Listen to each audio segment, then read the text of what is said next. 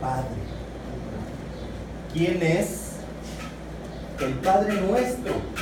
Porque nos han enseñado una oración que el mismo Señor Jesucristo nos enseñó, que dice: Padre nuestro que estás en el cielo, santificado sea tu nombre.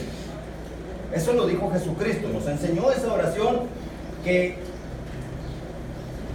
entre las personas se conoce como la oración del Padre nuestro.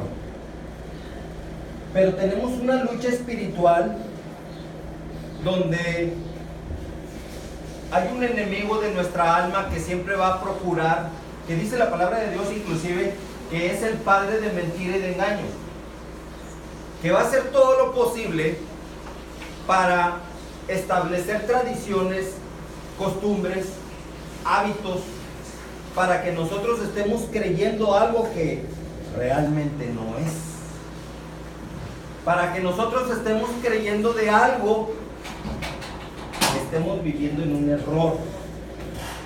La oración del Padre Nuestro es preciosísima. Jesucristo mismo la enseñó. Y Jesucristo dijo: Padre nuestro que estás en el cielo. Cuando tú ores vas a orar así: Padre nuestro que estás en el cielo. Pero, primeramente, tenemos que estar seguros que Él sea nuestro Padre. En el Evangelio de Juan, capítulo 1, versículo 12, nos dice algo muy interesante. ¿Cómo es que nosotros podemos realmente lograr que Dios sea nuestro Padre? Dice el Evangelio de Juan, capítulo 1, versículo 12,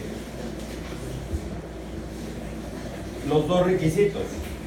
Mas a todos los que le recibieron a Jesucristo y a todos los que creen en su nombre, les dio potestad de ser hechos hijos de Dios. O sea, hay una potestad. O sea, tú no vas a ser hijo de Dios nada más porque vas a la iglesia. Tú no vas a ser hijo de Dios nada más porque eres buena persona. El infierno está lleno de buenas personas, pero que endurecieron su corazón diciendo: no, yo de Jesucristo no quiero saber nada. Prefiero mejor ser buena persona, pero no quiero saber nada de Jesucristo. ¿Por qué? Por un temor profundo, un temor al rechazo. Jesucristo, desde el momento que estaba a punto de ser crucificado, cuando estaba en aquella elección de quién quiere que suelte, dijo Pilato: ¿a Barrabás o a Jesucristo? La multitud clamó diciendo: suelten a Barrabás. Y a Jesucristo se ha crucificado. O sea, un repudio por Jesucristo. Ese mismo repudio es un repudio que ahorita, hoy en día, en nuestro año, todavía existe el mismo repudio, pero disfrazado. Díganme si no es cierto. El repudio por Jesucristo, porque Jesucristo no puede ser mencionado en una escuela pública. Y se puso mediante una constitución, el artículo 3, que dice que está prohibida toda creencia religiosa. Dice: la educación será laica, o sea, ajena a toda creencia religiosa. Está estatuido. Satanás se encargó de que quedara constitucionalmente bien formalizado la expulsión de Jesucristo en las escuelas, de tal manera que no se pueda hablar de las cosas de Dios en las escuelas. ¿Por qué? Porque Satanás previamente puso bloques. Tú eres de esta religión, tú eres católico, tú eres cristiano, tú eres adventista, tú eres bautista, tú eres mormón, tú eres X, Y y Z. O sea, Satanás se encarga primeramente de distribuir a las personas por bloques, o sea, por religiones, sabiendo bien que Jesucristo es solamente uno. Y ya que Satanás ha logrado dividir a las personas por religiones o por bloques, es cuando dice: ahora sí, artículo 3 constitucional, prohibido quien hable de Jesucristo en las escuelas. Ah, eso sí, pero el culto a los muertos, eso sí está permitido. O sea, Jesucristo está expulsado, pero los muertos, bienvenido al culto a los muertos. Jesucristo está expulsado, pero el Halloween a todo lo que da. Jesucristo está expulsado, pero el día 24 va a llegar un Santo Claus a los hogares. Jesucristo sigue siendo repudiado.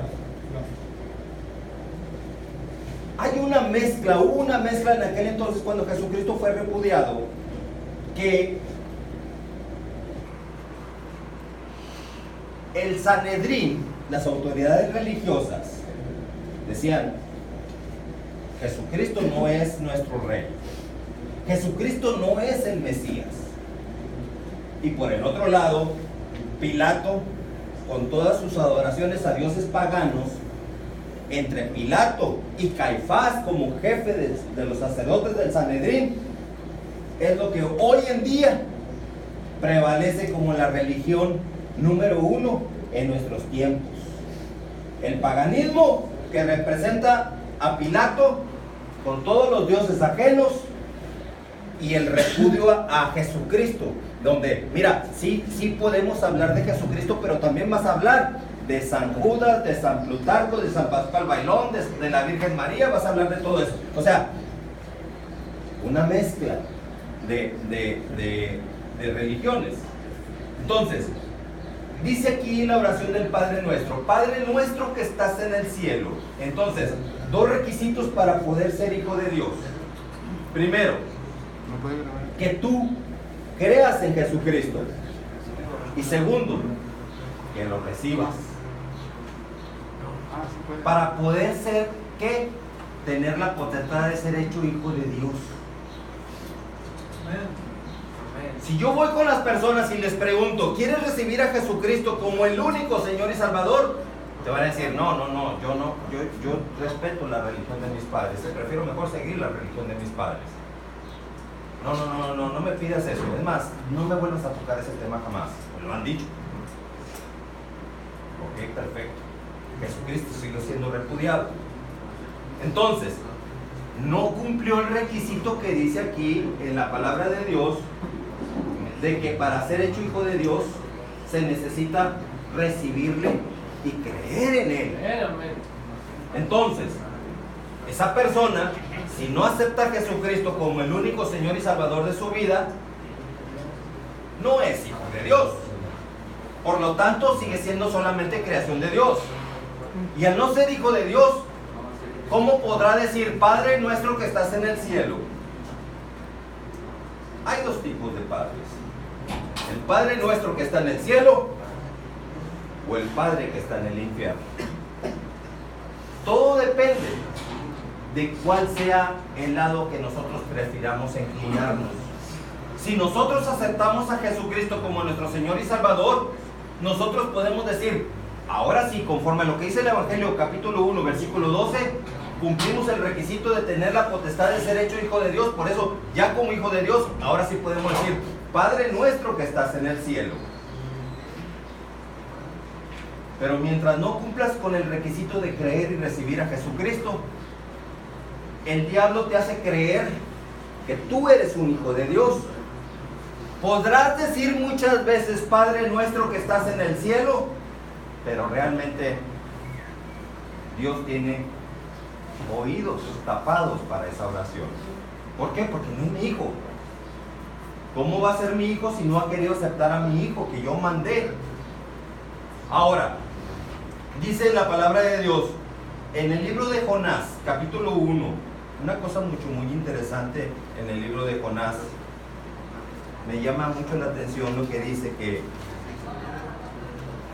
Jonás capítulo 1 dice: vino palabra de Jehová a Jonás, hijo de Amittai, diciendo. ¿Palabra de quién? De Jehová.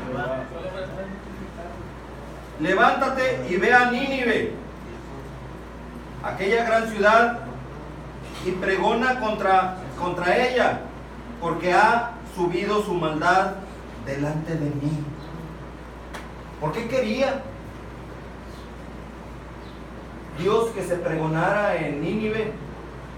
Porque había maldad en Nínive. le dice Jehová a Jonás, ve a Nínive y pregona ahí a Dios, porque la maldad ya ha sido mucha. Y continúa diciendo, versículo 3, y Jonás se levantó para huir de la presencia de Jehová. O sea, no hizo lo que Dios le encargó. Huyó a Tarsis y descendió a Jope y halló una nave que partía para Tarsis y pagando su pasaje entró en ella para irse con ellos a Tarsis, lejos de la presencia de Jehová. Aquí vemos un caso de desobediencia, donde Dios está dando una orden. Como toda la palabra de Dios está llena de órdenes que Dios está dando, llena de mandamientos, instrucciones. No tan solo son los 10 mandamientos, porque eso es lo que mucha gente, a eso solamente le han enseñado. Pero Dios es un Dios que constantemente te está dando a ti una instrucción. Y aquí le dijo a Jonás, ve a Nínive porque se ha levantado mucho la maldad en ese lugar. Y Jonás dice, no, yo mejor me voy para otro lado. Pero le dice a Dios, sí, voy para allá, pero no se fue para allá. ¿Tú crees que las cosas se van a quedar así nada más? ¿Tú crees que Dios va a permitir ser burlado? Obvio que no. ¿Qué pasa cuando Dios te está dando una orden y tú no la obedeces? Vamos a ver qué le pasó a Jonás. Pero, ¿me permite sí, un segundo? sí.